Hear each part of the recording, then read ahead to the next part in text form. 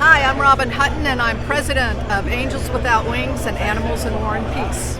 Can you tell me about the nonprofit? Sure. So, Animals in War and Peace is an organization that now awards animals with medals of bravery and distinguished service medals. We do these medals at the Capitol. We have a ceremony once a year in March. Right now, our nomination period is on, and so if you know of an animal that might meet the requirements for a Medal of Bravery or a Distinguished Service Medal, we'd love to have the animal's nomination submitted. And every year, members of Congress present these medals in a ceremony, and it's just an amazing event. How does it feel for you to keep these animals being recognized?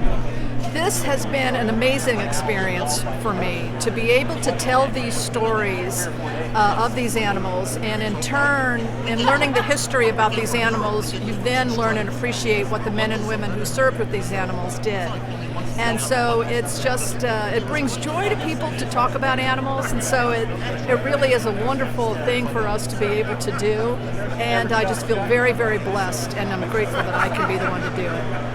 Well, a lot of military history doesn't talk about the animals, and they have such a major factor. Yeah, animals have been serving our country since forever. You start with Hannibal and his elephants. You've had camels. You had, in World War II, you had dolphins. You even had bats they tried to use as military animals, and that didn't go too well, so that program quit. But for the war dogs today, as one of my friends says, that they're force multipliers, and they bring so much to the party. And some people are concerned that, organizations like PETA are against it.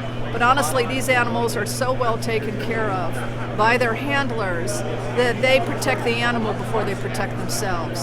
Sergeant Reckless, the Korean warhorse, during the Korean War, the Marines purchased this horse, and we have 6 monuments to her around the country. But the men would throw their flak jackets over her to protect her because she was such a vital part of their unit, and they didn't want anything to hurt her. And so it's amazing how they will protect their animals. Now, Sergeant Reckless, as I said, we have 6 monuments to this horse around the country, and one of them is down at the Marine Corps Museum in Quantico. And what Sergeant Reckless did during the Korean War was absolutely phenomenal. A Marine purchased her to carry the recoilless rifle ammunition, and each round weighed 24 pounds. And in this one battle alone, she carried 386 rounds on her back.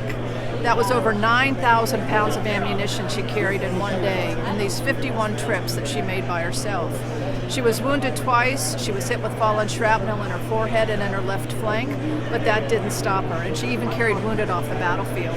So you see the role that these animals can play. She carried more ammunition than 2 men could do at a time. And so because of what she was able to do in the battle for Outpost Vegas, war ended just a few months later because she was such a wonderful force multiplier for them.